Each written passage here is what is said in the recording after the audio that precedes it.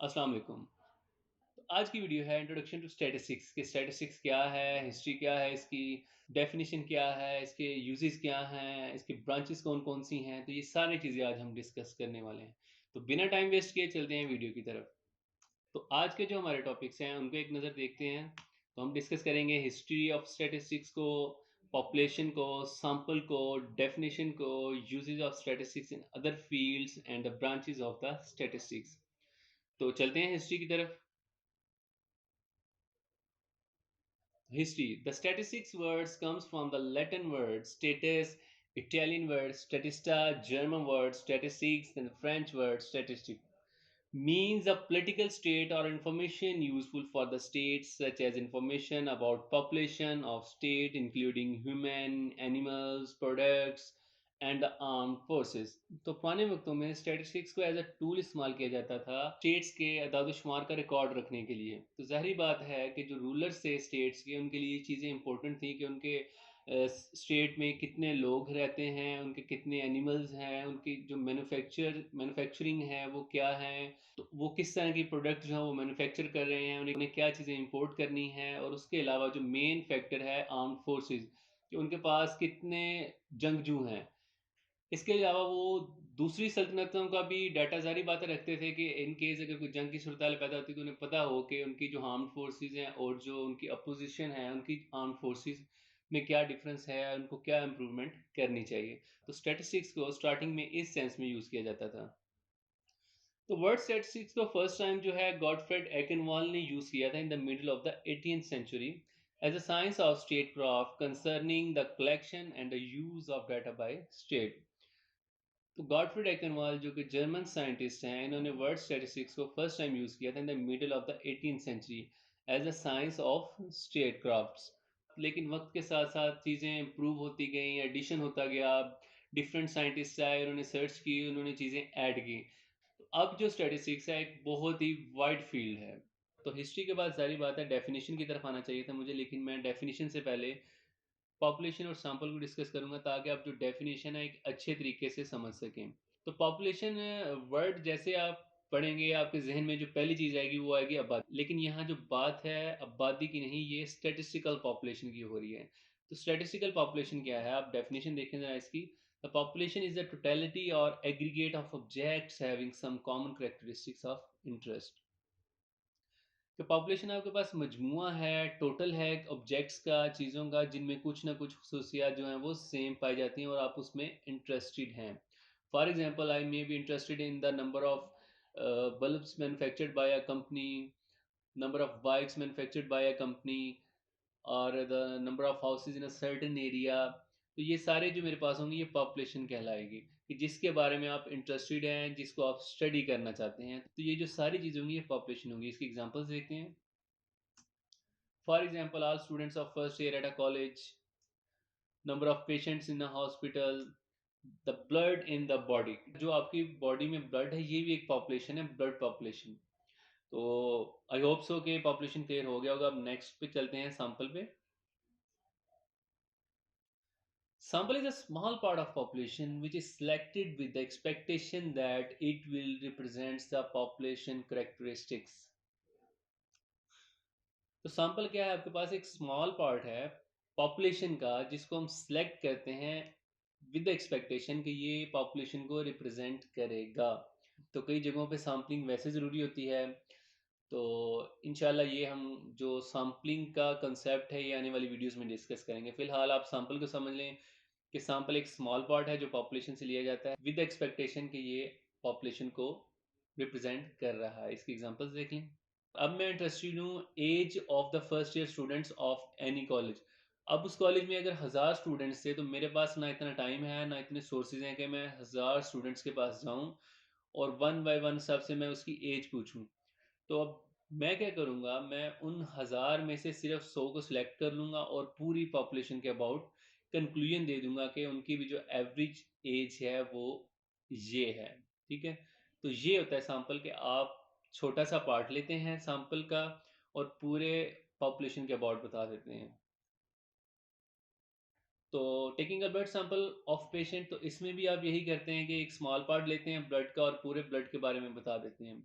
अगर इसको और आसान लफ्ज़ों में देखा जाए, घर में खाना बनता है, तो खाने में जो उसका जायका चेक करने के लिए उसमें से एक स्मॉल पार्ट लिया जाता है, उसको टेस्ट किया जाता है, अगर कोई चीज़ कम ज़्यादा है तो उसको हैंडल किया जाता है, तो ये भी एक सैंपल ही हम लेते हैं।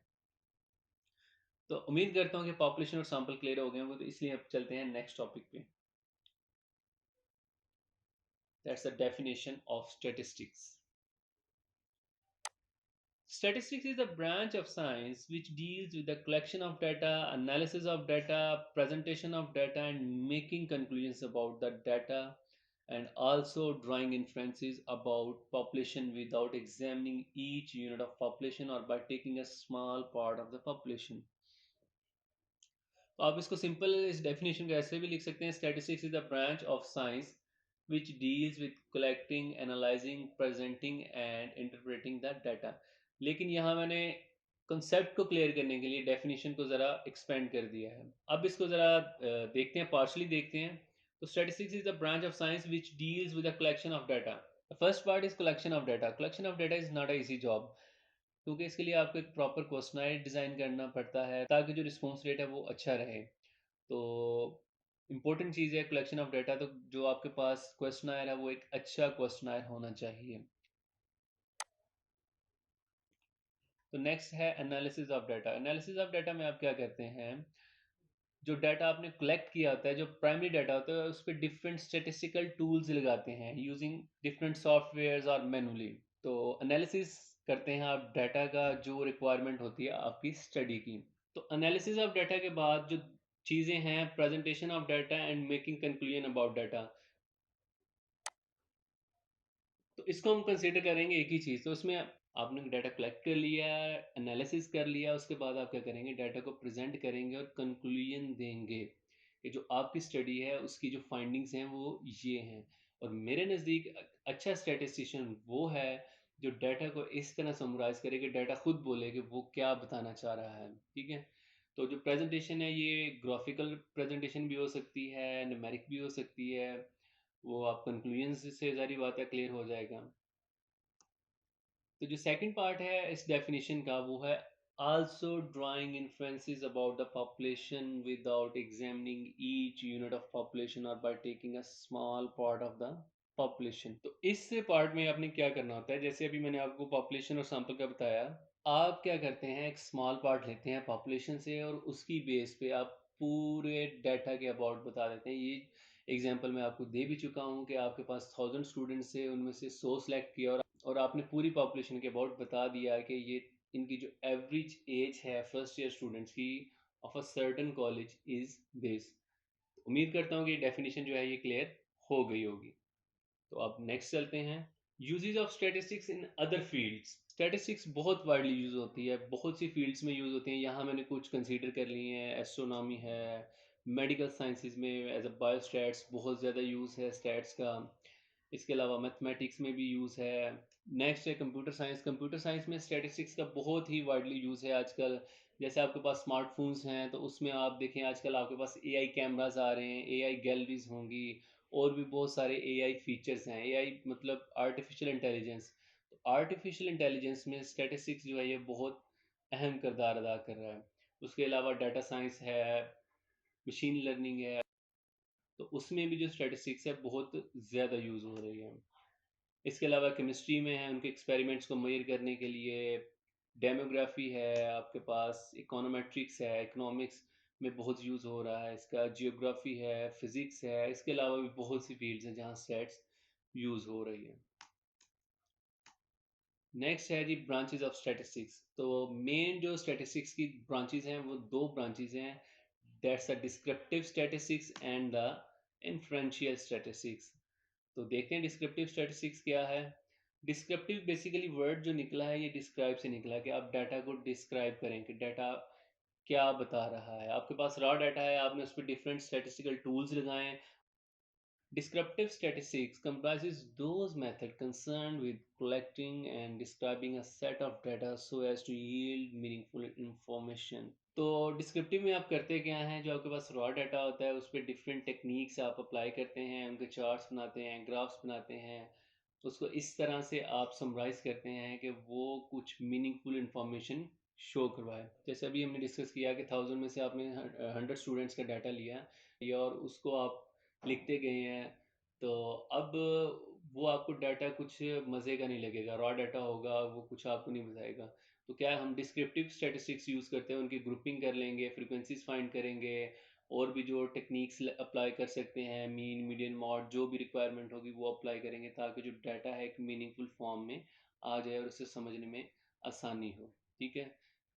Examples इसकी क्या हैं? The construction of tables, charts, graphs and other relevant computation in the various newspaper magazine usually fall in the area of the descriptive statistics. तो आज का last topic, most important field of the statistics is inferential statistics. तो inferential basically inference से निकला हुआ word है कि आप नतीजा खस कर रहे हैं। तो डेफिनेशन देखते हैं इसकी। Inferential statistics comprises those methods concerned with analysis of a subset of data leading to prediction or inferences about the entire set of data। entire में ये स्पेलिंग मिस्टेक है, तो ये चीज़ मैं वैसे आपको ऑलरेडी बता चुका हूँ। जैसे एग्जांपल मैंने सैम्पल में दी थी कि आप एक स्मॉल पार्ट से पूरी पॉपुलेशन के अबाउट बताते हैं। 1000 स्टूडेंट्स से 100 स्टूडेंट्स लिए, तो उनको प्रोसेस करके आपने पूरी पॉपुलेशन के अबाउट बता दिया। Taking a blood sample and drawing conclusion about the whole blood in the body is an example of inferential statistics। I hope so कि आज की जो टॉपिक्स हैं ये आपको क्लियर हो गए होंगे।